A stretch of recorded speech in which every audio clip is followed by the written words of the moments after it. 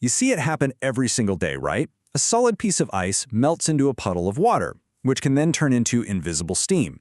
Have you ever stopped to really think about how that works? Well, today we're diving into the three fundamental states of matter, solid, liquid, and gas, to figure out how one substance can be all three. And just so you know where we're coming from, this is the 8th part of a 20-part introductory series on chemistry from Virtualization Options LLC. Today, our whole focus is on these amazing states of matter. So this is really the big question that gets everything started. I mean, think about water. You can literally skate on it when it's a solid. You can swim in it when it's a liquid, and then you can watch it vanish into the air as a gas. How is that even possible when it's all just made of the same stuff, H2O? And here's our answer. It's all about two key things, temperature and pressure. When you change the temperature, you're really just adding or removing energy. And pressure kind of squeezes those particles together. So it all boils down to how much energy the tiny particles have and how they're all interacting with each other. Water is without a doubt the perfect example for this. Whether you're looking at a hard block of ice, a glass of water, or the steam coming from a kettle, the actual H2O molecules themselves are identical. The only thing that's different is their energy level, how fast they're moving, and how they're all arranged. All right, let's break this down.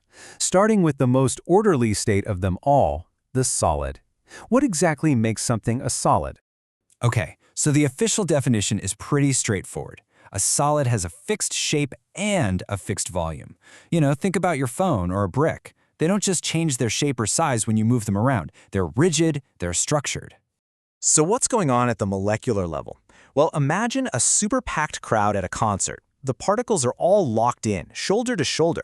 Now they've got some energy, so they're not perfectly still. They can kind of vibrate or jiggle in their spot, but they can't break free and start moving around. But what happens when we start to turn up the heat and pump in some more energy?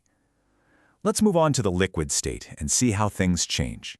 So unlike a solid, a liquid doesn't have its own shape. It just goes with the flow, taking the shape of whatever container you pour it into, a glass, a bottle, a puddle on the floor. But, and this is the important part, its volume stays exactly the same. A liter of water is always a liter of water, whether it's in a tall, skinny vase or a wide, flat bowl. So what are the particles doing now? Well, all that added energy has allowed them to break free from their fixed positions. They're still pretty close to each other, but now they can slide and tumble right past one another. It's less like that locked-in concert crowd and more like people mingling and weaving through a party.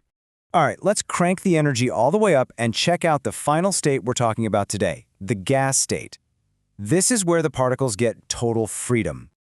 A gas is the real rebel of the group. It has no fixed shape and no fixed volume. It'll just expand to fill any container you put it in, no matter how big. Just think about the air in the room you're in right now. It's not all huddled in a corner. Its particles are spread out, filling the entire space. And that's because the particles in a gas have so much energy that they've completely broken away from each other. They're super far apart, just zipping around at high speeds, bouncing off the walls of their container and off each other. It's basically a state of high-energy, beautiful chaos. So we've looked at the three states individually. Now let's connect all the dots and tell the complete story, from solid ice to invisible steam, which is really just a story about energy. This breaks down the whole journey. We start with solid ice, right? Particles are locked down. Then you add some heat, that's just energy, and boom, the particles break free and start to flow as a liquid. Add even more energy and they escape completely, flying around freely as a gas. And this chart here just wraps it all up perfectly.